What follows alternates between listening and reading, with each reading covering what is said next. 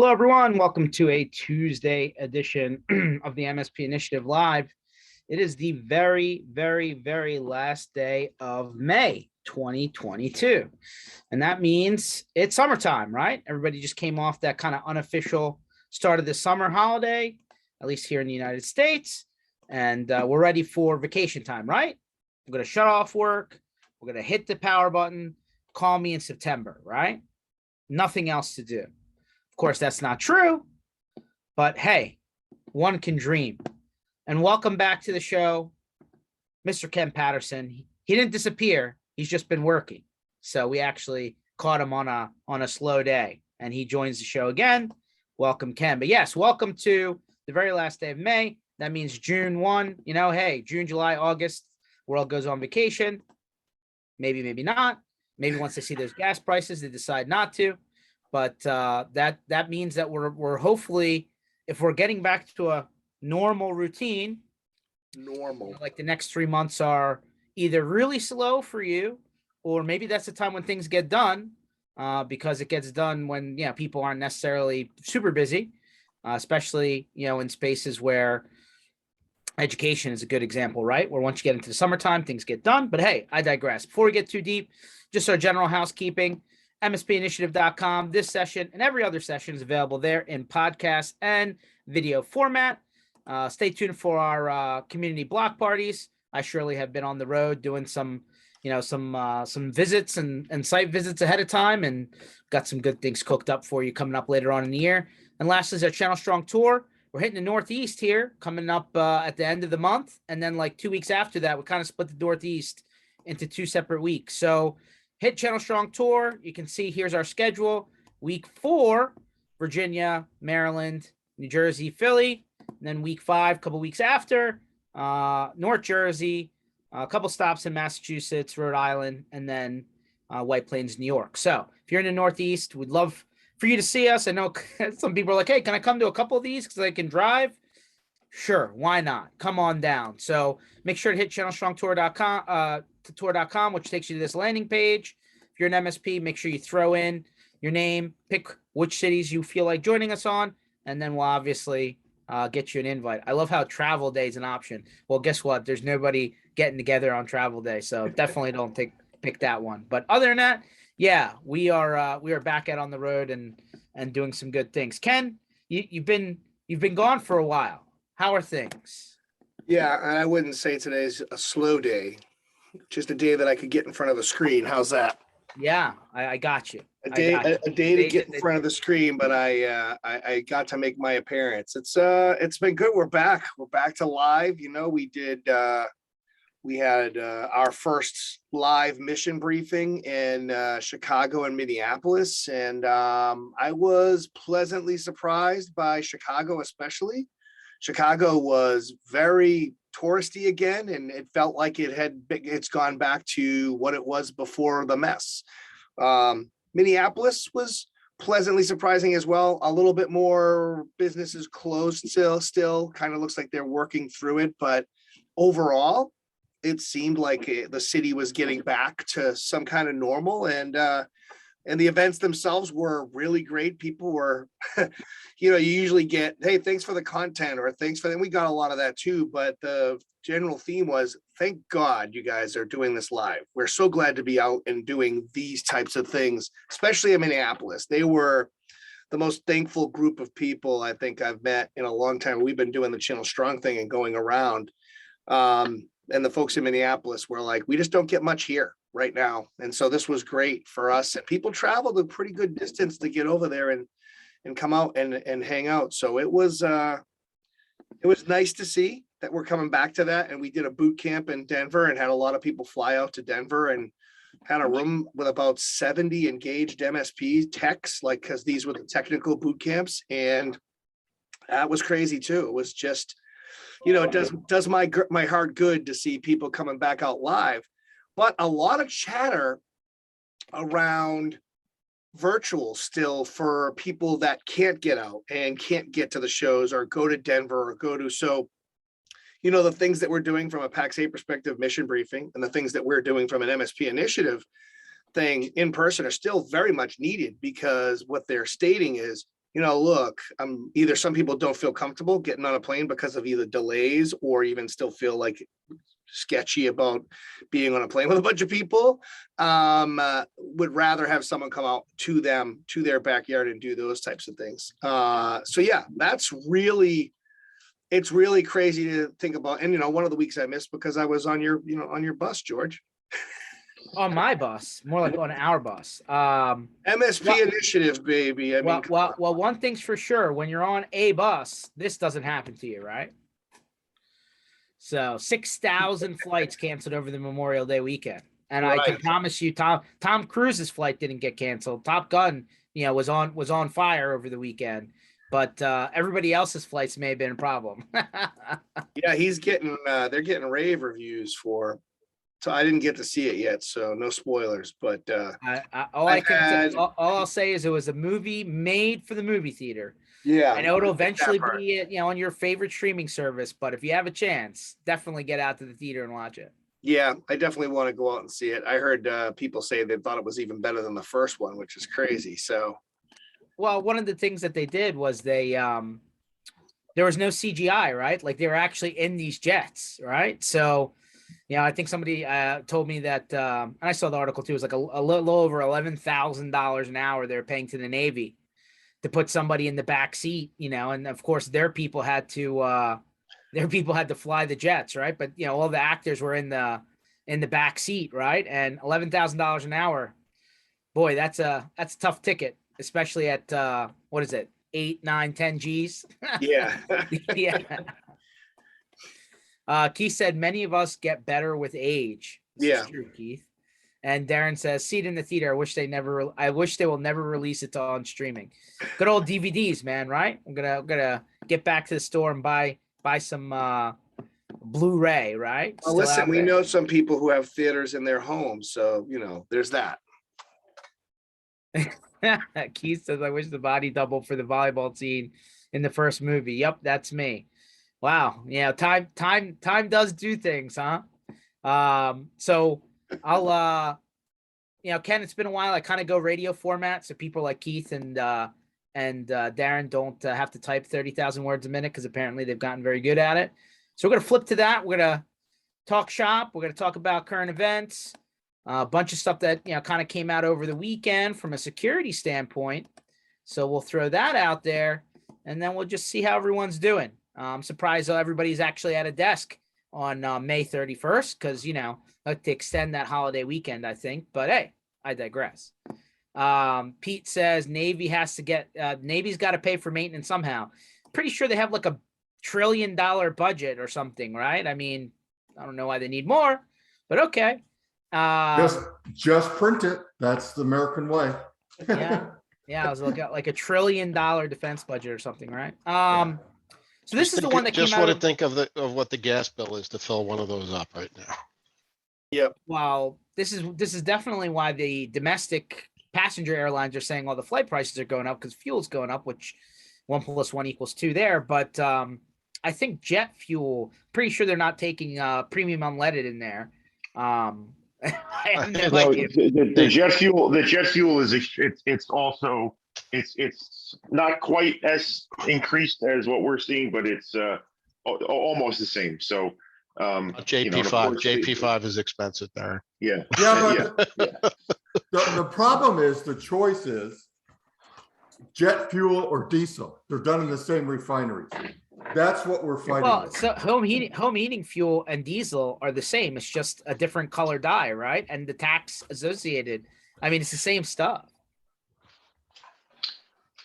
Yeah, and diesel is crazy. I mean, it's crazy, and I don't think it's going to change for a very long time.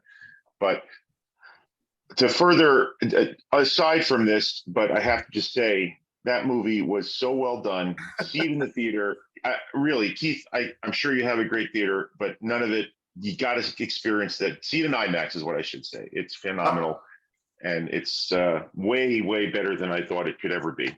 So it definitely is like, like people are like, oh, the movie theater industry is going to die, and I was like, no, after that movie, that's built for the movie theater. That was awesome. A lot of movies are though, George, right? I mean, sure, it's okay to see, end game at home, but in the theater, it was nothing Yeah. like that. And I remember the first Transformers movie with the sound and the graphics and everything. I was like, it's not the same. And Avatar, it's not the same. Plus the popcorn. Let's just be real, okay? Oh The yeah, commemorative- Darren and his popcorn. Commemorative Top Gun, metal tub. I'll By the keep that way, thing. George, the only person in my whole entire lifetime I've ever seen check popcorn at a fancy restaurant. Just saying. As like a bag check or a coat check, he got a coat check for a bag of popcorn. It was, Was it well, that- to be fair, it was a must big have been bag. expensive popcorn. I don't It know was- why it else was- you would it check was- that. Yes, it was a big bag. It wasn't going to go to waste, and I wasn't going to sit with it at the table and get tempted to eat popcorn in between a delicious steak dinner. So You had to I have think it. You ever I have- did the right thing. Had to You ever have. You ever have somebody's birthday where like you bring the cake to the restaurant and then afterwards they bring out the cake with the candles? Now this is how Darren works. He brings the popcorn out and they got to use it as appetizer. Yeah, no, I was tempted. I didn't want to be tempted, so it was the right decision. Okay. He did have a couple fistfuls before he checked it. But then they shipped us to the table, and I'm like, "Are you serious?" And literally, it was actually the guy at the restaurant was so good because this was a fancy restaurant. The guy comes out and goes, "Here's your tag. Here's your check tag for your popcorn." I mean, did he have a funnel with this popcorn? Like, what's going on here? It was a bag this No. big. It was a big huge bag, and that bag, by the way, that lasted me for a week. I took it back, I flew home with it, and I enjoyed it for several days. And You took the bag of popcorn home with Oh, you on yeah. a plane? So a check I bag can't- now too. That's no, good. no, I wasn't going to lose that in check bags. That went through security, and you should have seen the security guys like, "Oh, thanks, we're going to take a break now." I mean, they loved it, but they didn't get any. So Well, I posted as I find interesting things online. I know, Darren, you're not on social, but it's now suggested you should put an Apple AirTag in your luggage because it'll be better and faster than the actual airline's tracking system. well, that a lot depends on the airline. So some airlines have got it. I will say they're far from perfect, but Delta has RFID on all their bags. I don't know if the other airlines are all doing that, but they started actually quite a while ago, and to the point where you don't even need to keep the bag tag that Well, they give you. I I don't even know mean, why they still print them out because it's in the with app and Delta- it's very accurate. Yeah, but Very Darren, with Delta, you don't have to be accurate because you're never leaving the damn station because they're canceling all the flights. Okay. All right. Yeah, listen, that's fair. They've had some meltdowns lately. I will say they've had and some interesting responses to them. Yes. I mean, it's, shit, even out there. Frontier got their planes off the ground this weekend. What's going on? Whoa! Bold statement, Cotton. By the way, if you Wow. follow Jay McBain, he once posted, I think it was him, criminals are using air tags to steal luggage. It's true. I remember that was an art. I think it was he that posted it. So But if you use AirTags for the actual use they were intended, it's to track your own stuff, right? Like for the crazy people that lose their keys all the time. Yeah, just say. I've told you my key story. You could have, yeah. Well, hold on, just George. You could have used some air tags for that U-box, but I'll stop there. Wow. You got to go there, huh? Okay. Fortunately or unfortunately, you really didn't need an air tag because it just sat in one spot. True. Yeah. They never put it on a truck and shipped it to where it was supposed to go. They just let it sit. I had such a problem with my keys that I leave them in my console. And people will walk up to me all the time and say, your top's down and your keys are sitting there in your console. So Yeah, next time, What's the Next answer time- to that? good insurance. So insurance does cover you if you leave the car running with the door open and your keys in it, huh? Keith is clearly the reason insurance is the Well, yeah. horrendous industry that it is. It's people like Here you Keith go. that bring us Here you go, bring us though. down. Here's a better one. What happens when it starts raining and your keys are locked in the car? You can't lock your keys in the car. No, it was a joke. It's raining, Yeah. the top's Yeah. down, Yeah. old That's joke, true. but still pretty funny that you put your keys in there. I'm not saying that you're confused, but if the door is locked and the top's down, it's raining, what do you do? It's not called confused, Ken. It's called being elderly and just I don't having like to, dementia. I don't like to, Keith, I don't like to use that term because I'm on the threshold. So I beat you there. I'll let you know Hey, what it's like. did you know that you don't have to be over 55 to get AARP? Yes, I know. I get mail all the time. Yeah. Anybody can sign up for AARP. I've been a member since 23. I mean, there's some good discounts in there. 1923. Oh, I'm not that old there, Pops. Yeesh. Oh, By the way, I don't know the political, but I keep getting these things like don't join AARP. And there's there's like another one that's AARP is woke, and there's another one that's conservative. I don't really know the battle. I thought someone may have one here. I mean, that's interesting. I did not know that. I've never heard that one, but we'll have to maybe do some digging on that. But before we get too far off track, here is the news of the weekend. And why do this thing always happens on a holiday weekend? Well, I digress. So our friends over at Huntress, backed up by a few other of the guys in the pool in security land, says that they found a 0-day vulnerability in Microsoft Office. Basically, somebody can send you a Word document or an Excel file, and basically it can run and then effectively, be escalated into, administrator God mode, and then run a script, I guess, and then like take over your computer. So apparently, like, I don't know, I guess it must have happened somewhere because these guys went and started digging into it.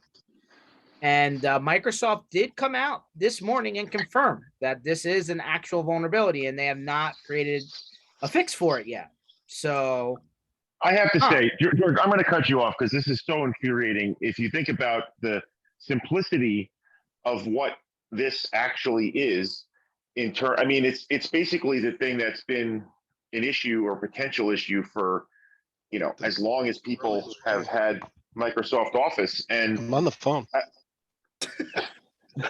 Yeah, he's talking important stuff. Go ahead, continue, Darren. No, but it's like the simplicity of it is just kind of infuriating. Like, oh yeah, you can open a document and it can take over your system basically, or I just God, I don't know. And Microsoft wants to sell us their security. Right? That's all I'll say. They want us to use their solution for endpoint security and everything else, right? So I'll leave it at that. But part of it is, and from what I gather, it's also riding as part of the Defender, using some of the vulnerability of Defender or one of the APIs in there to get where it needs to go. Yeah, and that could be. I mean, you think about it. Think about the target surface for okay. Well, now people are adopting Microsoft security, and well, how can we really get a hook in there, right? We're gonna mess that up, and we're gonna be fully in, right? So if people use that as their only solution, I saw the Huntress one. I saw it from Blackpoint as well. I was happy that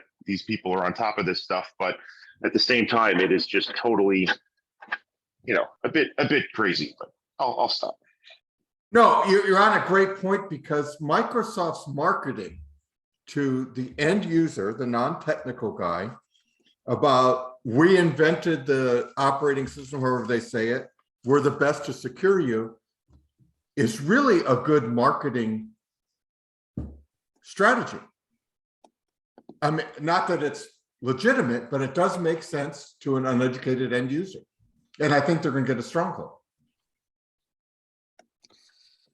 Well, I mean, listen, Microsoft Office is probably the most popular application installed on most business used computers out there, Mac or Windows. I know there's alternatives out there, but I mean, let's face it, Microsoft's kind of had the market on this for many years, decades even. Yeah, I mean, the question is how quickly, what can you do to at this point, the only thing you can reasonably do is send a message out to your end user saying, hey, don't be very weary of opening up Office documents from people you don't know. I don't know how, that's the only thing you really can do other than tell them, hey, don't use Microsoft Office. I don't think that's an option. Right. So, but I would think now that it's been confirmed, how quickly can Microsoft put out a fix? And to your point, all your eggs in one basket. I'm going to quote that as Darren for all things future. The Darren phrase, all eggs in one basket. I mean, doesn't look like there's many other security applications out there, Darren, that would have prevented somebody from opening up this rogue, document or Excel or whatever that would have potentially done this, right? I mean, Microsoft or otherwise, or am I wrong? Have you been told differently by somebody like No, that? no, I have not been told differently. I'm just saying conceptually, in the big picture, I still am not comfortable with the thought of Microsoft designs the underlying software that it then wants to be the sole protector of, because that is what they're pushing, and not just to SMBs. I mean, they're pushing it in our space as well to say, hey, you've got this as an option now, and it's what you should use. I mean, and there's a lot of people that have kind of went behind that. I've heard, surprisingly, say, oh yeah, this is great, and we like it, we're going to use it, and we're going to get rid of our, maybe not all of your other security, but make it your primary, endpoint security. I just, Sure. this is, to me, is an example of why you don't want to do that. Again, not that something else could stop it, but Yep. if Microsoft can't, at this stage of the game, prevent there being, which seems, again, to be something so simple, like it's open a Word document and it can take your system over. I mean, like, come on, where are we? Thanks for this other one here, Lisa. So here is a workaround for mitigation, right? So basically there's a registry key, that effectively you can turn off this MSDT in here. And there you go. By the way, I see something else occurring, and it's because I deal with some cities and municipalities and quasi-government. They're basically saying, we're going to block the emailing of attachments. That's extreme, but you're starting to see that a lot, and you're seeing more of the shared. So then how do you get documents across other than the text within the email? SharePoint. Yeah, they're setting up, and it's one way to allow IT on both sides to approve the sharers. Well, it also gets rid of data sprawl, right? I mean, email and documents has slowed down a bit, should slow down even more with this type of stuff. But, remember the days when you look in your email and you'd find, thousands of documents that got emailed to you, because that's all they do is sit there, and then you make a change. It doesn't, you can still email a link. I feel like, I mean, listen, if it's, even though things have progressed and like the attachment size that it gets through now, it's way bigger than even a few years ago, right? I don't know what it 20 meg now. So I don't know what the Mac, reasonably expectation to get through.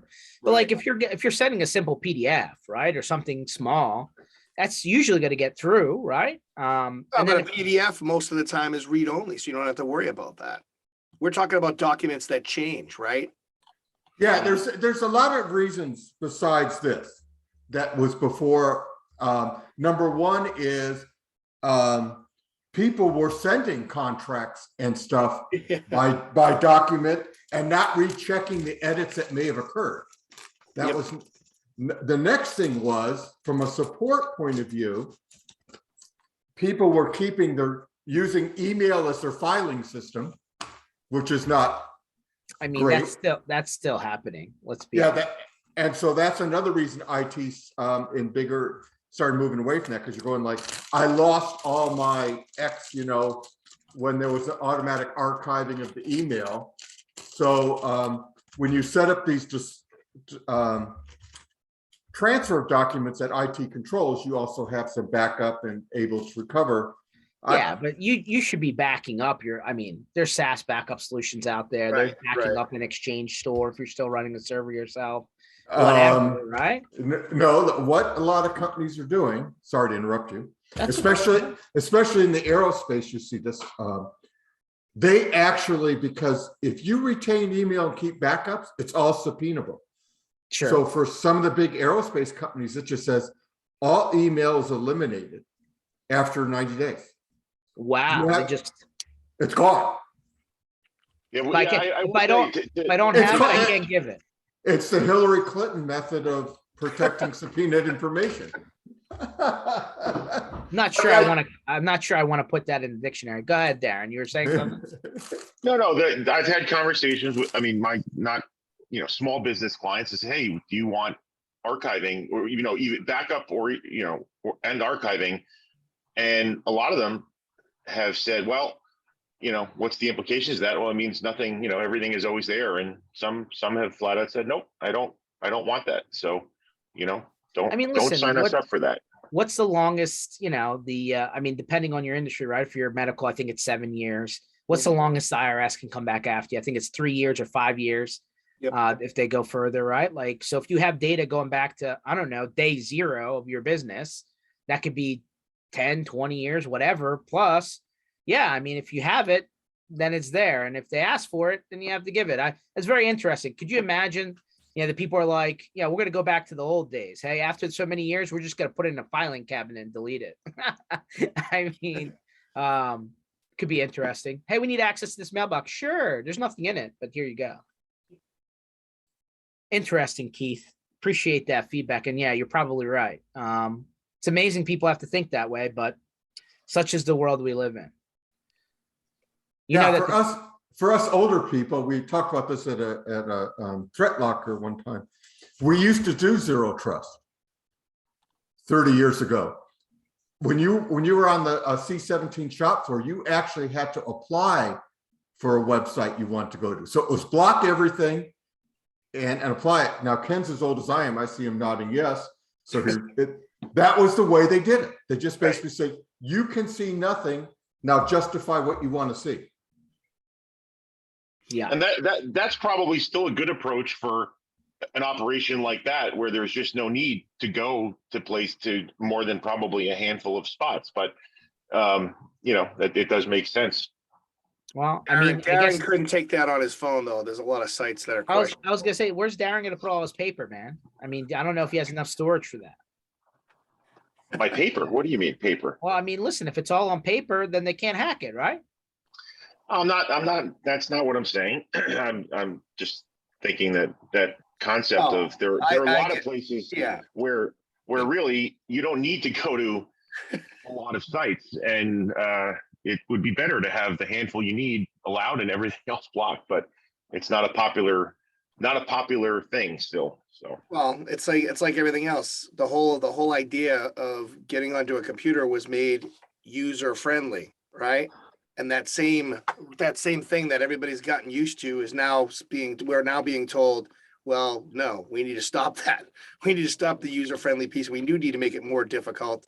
Maybe not as difficult as what Keith said, which I actually agree with, though. If you're in a business, you don't necessarily need to be going to Facebook or some of these other pages that could cause a problem, because you know what happens. You go to Facebook right now and it's telling you that somebody's dead that's not really dead. And you're like, oh, you click on it, you're done.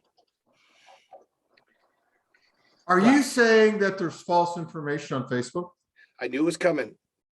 Just the stuff that you post. That could be true. Yeah, just a little bit. I think most of it's around that Dallas team. Oh, The most valuable franchise in all sports, was that the one you were referring to? What's more important, value or winning? No. Value is determined on what somebody else is willing to pay for it. Right. I'm gonna let's get off the sports track here. We already. I knew Darren was like, Darren's like, I know nothing about this subject. Let's go back to popcorn. If you want to go back to popcorn, we can talk about that. All right.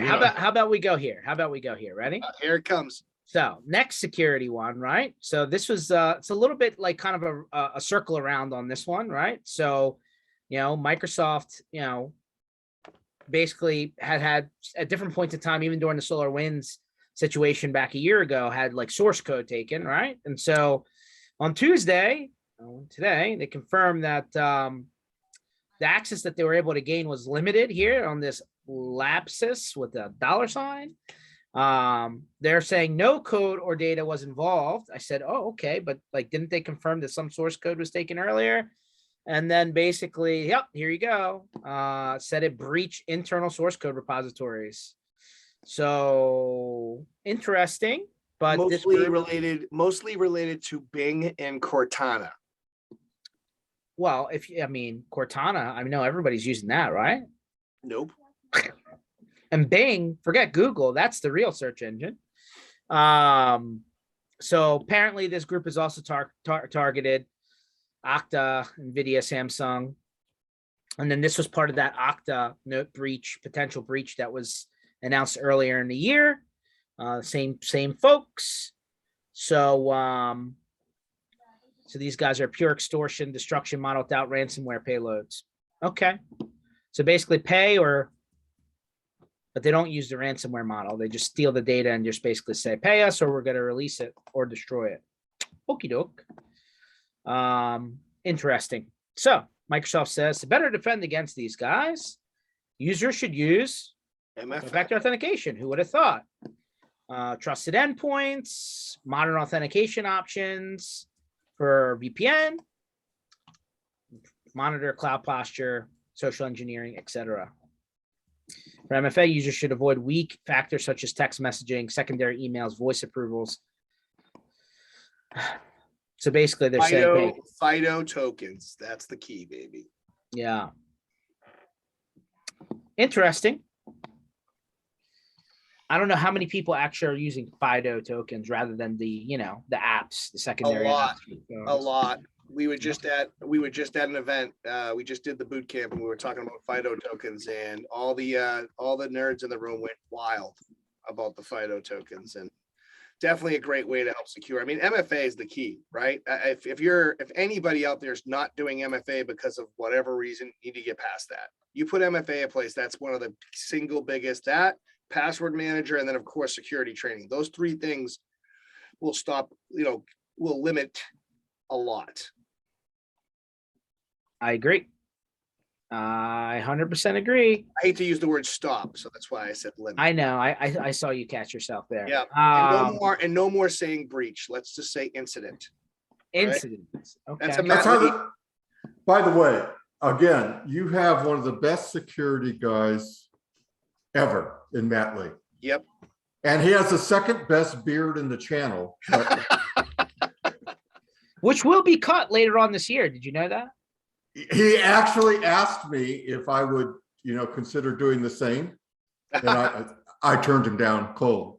But I think he is one of the best guys at presenting security because he's one of the few, how do I say something, that doesn't let his ego get in the way of what he's teaching other people. Yep, I agree. He's not. He acts like he is not an authority, although everybody knows he is. Yeah, he presents it in a way that is very accessible to people. We definitely have heard other people claim that they're security gurus, but they're definitely not. We won't throw it out there, Keith, but it's, I got in that conversation. Apparently, he drives Teslas. Oh, I don't know. I have had someone ask me, that individual said, what makes you more of a security expert than me? Mm-hmm. Somebody else said so. No, I said, I happen to have a degree. Okay, here we go again. All right. I think that's part of the, not to go way off on the degrees. There has to be some secondary verification of what you're claiming. Yeah. Okay. And I'll just leave it at that. I'm not sold on degrees, even though I have them. That's just one methodology. But there needs to be some secondary verification of what you're claiming, because otherwise you're making a material misrepresentation.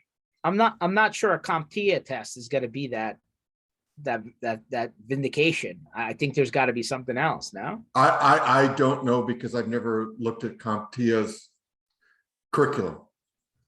It could. I don't know. I'm not going to comment on something. Maybe we'll send you on a mission to go check it out. So since we're on security stuff, I'll throw this last one out there, then we'll switch topics. So Microsoft finds critical bugs pre-installed on millions of Android devices. That's you, Kenny P. Just love those Androids. That's right. Microsoft just, they're not over the fact that, Windows Phone failed. Although it was pretty cool. I did actually like the OS. On the Surface Duo devices, they're running Android. Right, I know, but they're still going to want to rub Android as much as they can. I don't know. Their biggest missed opportunity. We know that. So anyway, I read that article. I I think that's a bit alarmist with, the people that don't look at the apps that are on their phone. I mean, I Yeah, guess that might there be you a go. lot of people, but I feel like most normal people would at least, oh, like, what's this? And do I use this or need this? And probably, delete something if it's not. Uh-oh. Uh-oh, we lost Darren. I think the challenge here is that Permissions. some of these kits, Darren, are used as part of the apps other people are building, right? Like they just mentioned in this article that the carrier provided apps from TELUS, from AT&T, from 5 Mobile, right? Bell. I mean, they're basically utilizing predefined libraries when they're building their apps because it's easier than building every line of Right. code. And then those libraries have these flaws just open in them, right? And like, what do? Go and delete it. Like if they're pre-installed, right? When you buy a phone from Verizon, does it have the Verizon app pre-installed? Maybe. I don't know. It might be time to go back to my Nextel i85, I don't know, maybe. Where you at? Yeah, I got you. Hey, listen, instant gratification, my favorite. I missed Nextel, that, man. yeah. That was the Yeah, jam. isn't it reasonable for a consumer, not an IT guy, to assume things from those big names are reasonably safe? I mean, that's I think one of the huge problems is I think when listen, the big guys are not, and I'll pull it up here. I was just reading it 4 days ago. Yep, here you go. I didn't even have this one queued up, but since you brought it up there, Keith. So hacker accesses Verizon employee databases, tries to ransom the data for $250K. I mean, even these guys are not, bulletproof. So back to your point, Keith, do you just assume everything's bad? Limit the number of apps on your phone to the ones you absolutely have to use, and then don't play Candy Crush? Maybe. Come on. Candy Crush. Keith likes Candy Crush. I actually don't like any games. Yeah, I bet you. No, I really don't. People ask me all the time. They go, "What games you play?" I said, Keith, you have the Dallas Cowboys app on your phone. that is factual data to educate the population. But it could have a flaw in it, man. It probably, because everyone would be attacking America. I mean, that's popular. You probably have a valid point. So you may need to because here's the next thing, and I did have this one queued, right? When you start doing things like this, okay, Maryland's the first state to put your driver's license as an app on the phone. Nope. In your wallet, your Apple Wallet. And then other states are the following, but like when your passport and your driver's license and your, I don't know, social security card and birth certificate, what else you going to put on there? Probably wouldn't suggest all of those there at once. I mean, this is the kind of stuff that would be vulnerable to that type of problem, no? Well, let me tell you another way. Look at your travel application. Yeah. Doesn't that link back to your wallet with United or Delta, whoever I'm you sure it fly? does. I'm sure That has your backlog to your TSA, to your, everything. Yeah, you're going those, and those are well used. I know they so go into travel for a second because that's our second favorite, after food, it's our second favorite topic. So like they push back Real ID, right? Like Real ID is supposed to be a little bit more expensive. Like when I went to go renew my driver's license, in Pennsylvania, it's every 4 years. The day after your birthday, it expires. A lot more work. Okay, so you can get a regular one, and then now they print on the regular ones, this is not a Real ID, and then you got to pay another $25 extra to get the Real ID, which is like, the one that you're supposed to be able to go to the airport, to basically be your passport, more or less. I mean, so the alternative to that is, hey, put the app on the phone, right? And will that scan at the TSA checker? I don't know, but I'm just saying, like, a little bit more convenient, but a little bit more concerning, right? I mean, at least you have to steal my wallet or go into Keith's unlocked car with the stop down to grab his wallet, to get that card, right? Where the phone, I mean, these things are online, right? I mean, they're not impenetrable. And they're left so often. Isn't that like one of the things you leave all the time? What, you leave Well, your phone next to your keys in your wallet in your car? yeah, one of the problems with my car is where you plug it in is under the armrest. Mm-hmm. And that's where it plugs into the CarPlay. So is my, oh, so now you're gonna wait to come to California and jack me. Well, yeah, we'll have to confirm this at the next tour stop there in California. But your phone, so I get out of my car all the time, leaving my phone. And that's the same with, I know it's in BMWs, Mercedes, I don't know other brands, but your phone's not just sitting there in the open. And Wow. so, yeah, I leave it in there a lot. Maybe we need to get one of those things where it's like the little, like, you know, thing you put on your belt with the cord, right? Connected to your, you know, like your ID badge, it'll be your phone. Now, it should be a hook in the middle of my forehead I could hang things from, and I won't forget them. But yeah, no, it's often I leave it in my car. Yeah. So like, excuse me.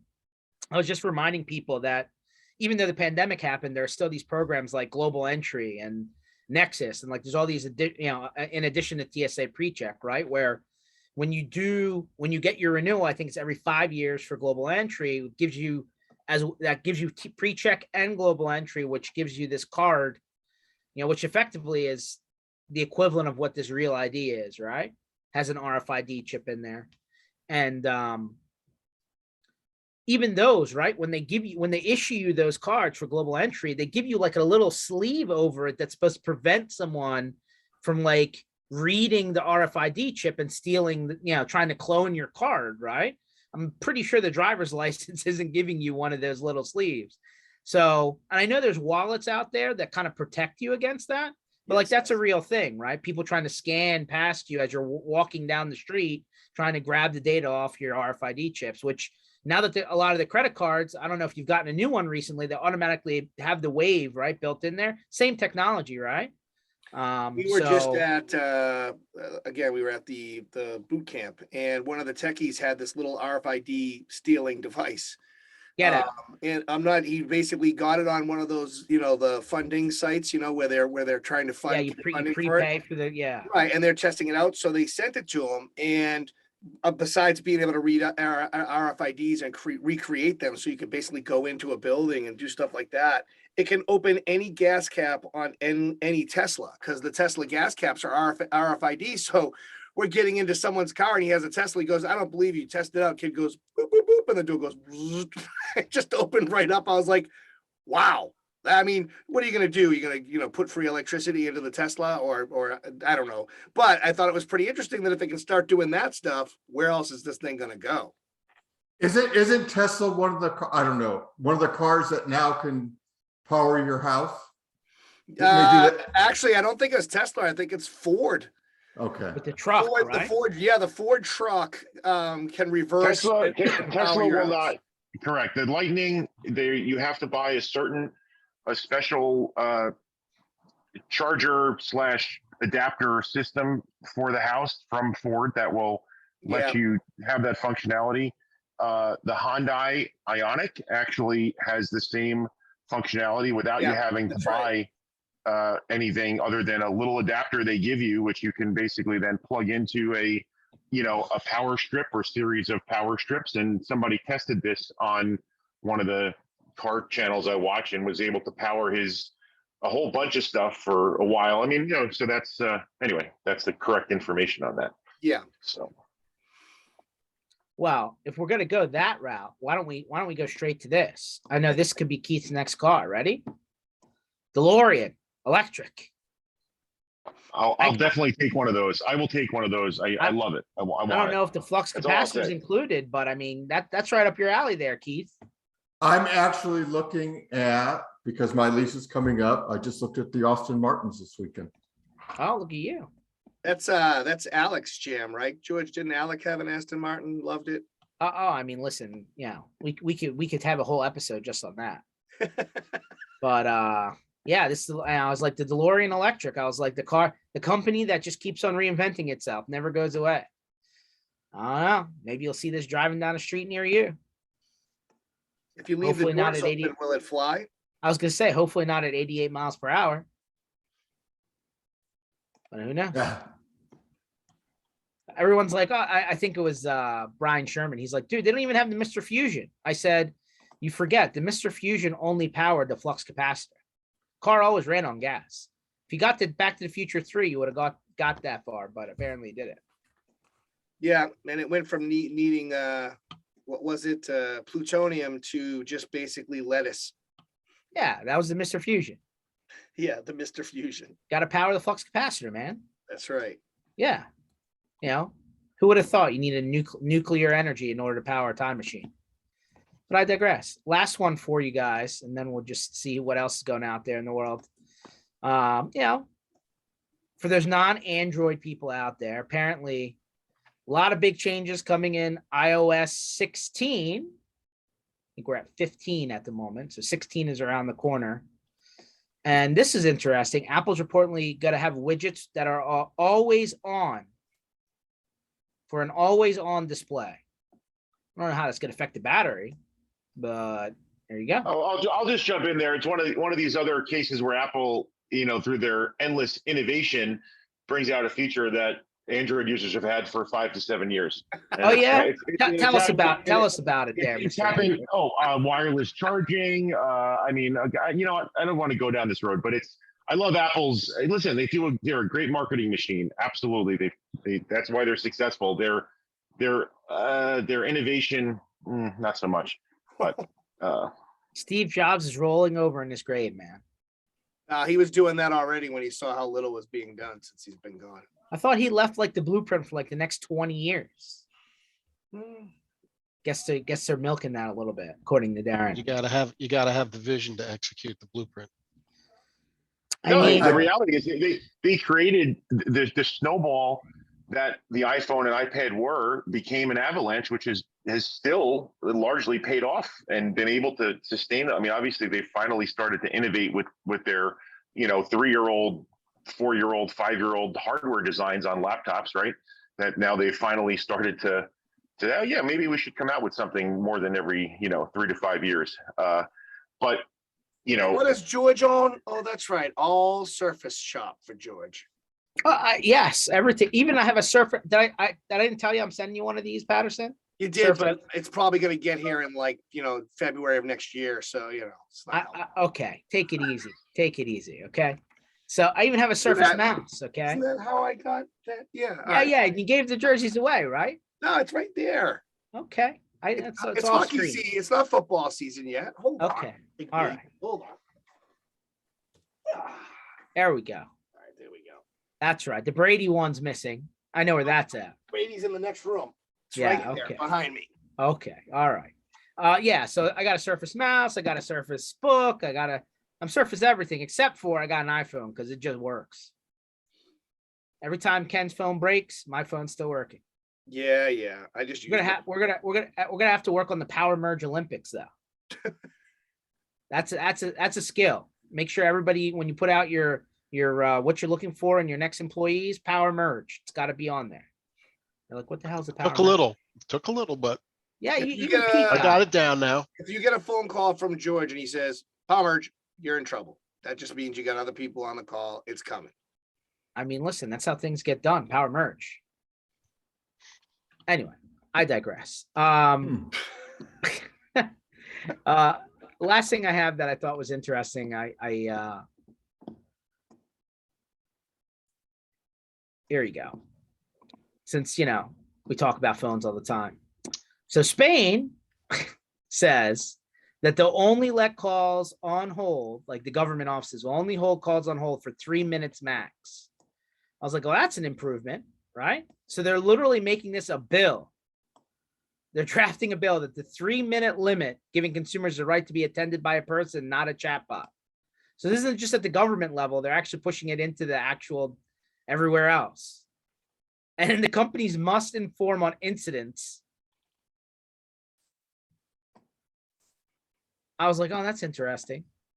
And then they're going to give like a fine. Could you imagine if every time you called somewhere, the max you could be on hold is 3 minutes? I don't know. Aims to end anguish by requiring companies to attend to customers within 3 minutes. I don't even know if they have enough manpower to do that. Like, How often you call Delta there, Darren? What's your average hold time? 30 minutes? When you're a diamond, you don't really have the whole time much. When you're a diamond. Jeez. Ken, does that status even bother anymore? No. Well, Delta, mate, he's right. But we've been finding that Hilton doesn't really care anymore. No, well, Ken, let's be fair. Hilton Diamond is a joke. I mean, it's everybody. If you don't have Diamond, I don't know what you're doing wrong, because you don't really have to do anything to have it. I mean, it's never been a. Did you hear that, Pete? You're not at Diamond yet, are you? No. It's never been a hard thing. You can just get it from a credit card, So I mean, and that's how most people have it. And then as a result, they don't really do much for it. But no, but there have been other statuses that have greatly devalued, like Marriott Titanium, that has become really terrible. And their call center, they got rid of it. They dedicated call center. Did you hear that? Yeah. Marriott Anyway. Titanium. Yeah. I just think it's interesting, right? I mean, we've been playing around with the idea of, all right, well, how many communication requests for MSPs, even from their end customers coming into an MSP, are some sort of digital lane or a phone call? I say 50-50. I know some people have tried to go completely, we don't even have a phone number, just chat us. Not sure that's the answer. I think people would revolt, just my 2 cents. But like, imagine, could you maintain a maximum 3-minute hold time? Well, you can, but it's a false sense of security. So I pick up my phone and say, someone will be with you in a minute. Now, does that keep resetting my 3 minutes? I don't know. How long do you think somebody is willing to stay on the line? I don't know. I don't very long, but your point on the other one you made is so valid. I wish you about some people say they're going to tell customers how to contact you versus charging correctly for the way they want to contact you. You made a brilliant point that you just kind of brushed over. The issue is not answering the phone. The issue is, do you charge enough to offer the service level they're demanding? And I would say, based on everything I've seen over the last 22 years, no. The answer is no. They're not charging enough. Yeah, and that's really the answer. Give them what they want and let them know what it costs. Give them what they want. That means we have to listen. Do we listen enough? I don't know. What'd you say? Do they listen enough? I don't know. No, I guess when the answer is, yeah, I don't want to use MFA, and the answer is no, you have to use MFA. Right. Oh, you're done. That's it. I'm not going to have you sign any paper. That's gone. But the answer to that, goes, if they don't want to use MSA, then you're not going to work with us. I mean, sorry, we're right.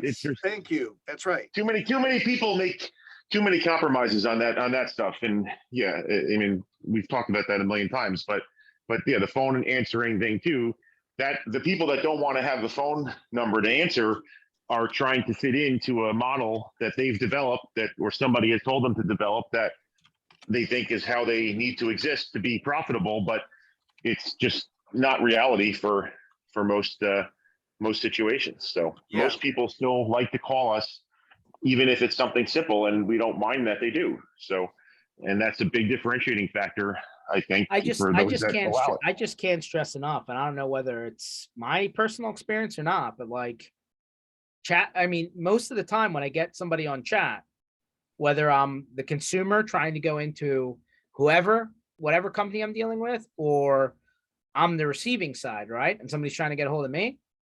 It's like, hey, can I call you? Like, can I just have a conversation? I feel like I can get through the whole thing in minutes, where I'm 30 minutes deep on a freaking chat. And like, I just don't understand why I'm still doing it.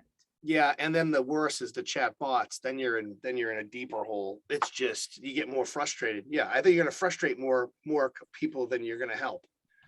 I don't know how, like, again, it could be a generational thing. But like, at the end of the day, I don't care who you are though, George, you can say what you need to say faster than you can type what you're trying to explain.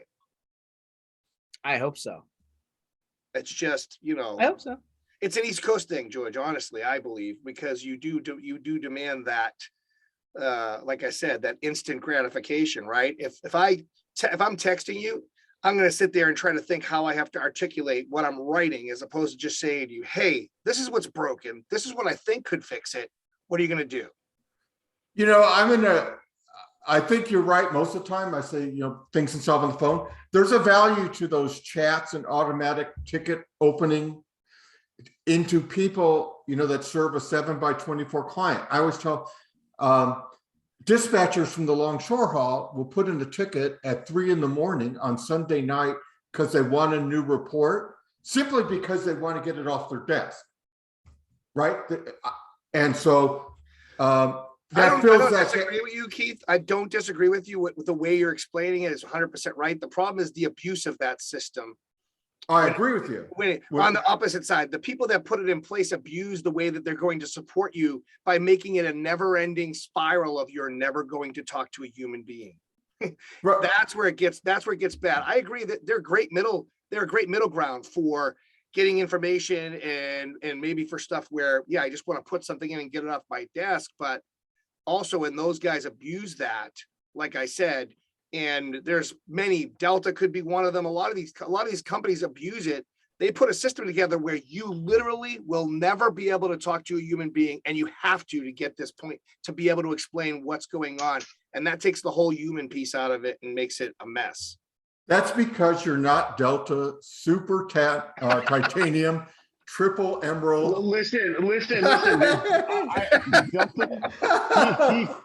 Delta has a level that I have not achieved yet. It's called 360, and I want it. So, I mean, I'm not even at the top. I mean, I'm only, so don't even get me started. But no, I agree with you. You're not at the level where they pick you up in a Porsche on the runway. Actually, no. Yeah, as a diamond, if you have a tight connection, they will. If you have a tight connection and you're diamond, they will do that, and that has happened for me before. But it's very rare that it's needed. But yes, I do have access to that and they do it on if they determine it. It's not me asking for it.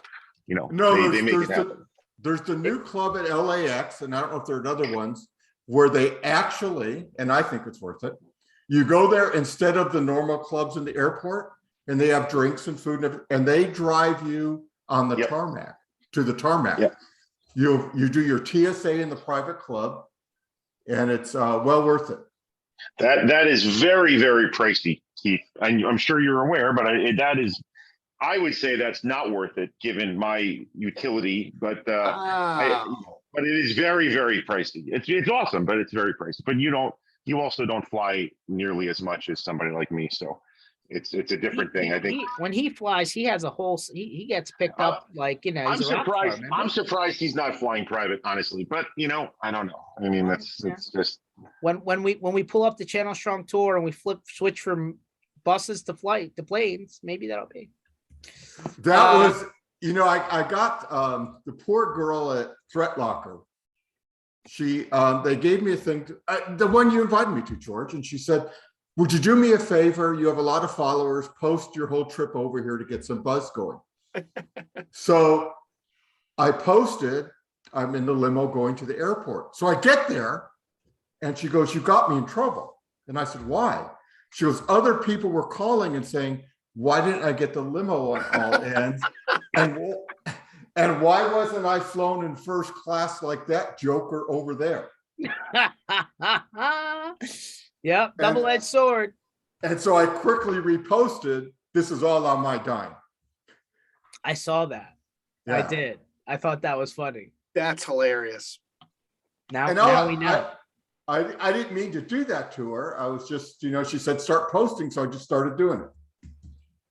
Amazing. Yeah. Well, guys, another session down. Little Kenny P back into the mix. Always fun times. This session was recorded. It'll be online at mspinitiative.com under sessions. Just give it a little while, and we'll continue to do these. We're pretty good. Tuesdays, Thursdays, 1 o'clock Eastern time. If you're in the Northeast, we're coming to a backyard near you. We'd love to see you, and stay tuned. Fun things that have not been announced are coming. Really quick, George. Keith, I'll be in LA next Monday. Oh. What is next Monday? June 6th, right? That's next Monday, right? Yeah. No, it's the 4th. No, come on, help me out. Oh, I'm in the wrong month. I'm in the wrong month. 6th is next week. Yes. Now he's really going to screw with me. All right. You know what? I'm going to be at Secure. Ah, in Tampa. so you're coming to the East Coast and I'm going to the West Coast. Gotcha.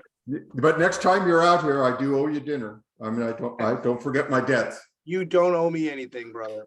Yeah. Well, just look for his car. You take his wallet, his keys, his phone. It's good to go. Yeah, have a nice ride. Exactly. Yeah. PCH, baby, here I come. Exactly. All right. It's a nice ride on PCH. I'll tell you that. I know. Yeah. All right, All right, guys. perfect. Catch you guys on the next one. All right, great. Thanks. See ya. Bye.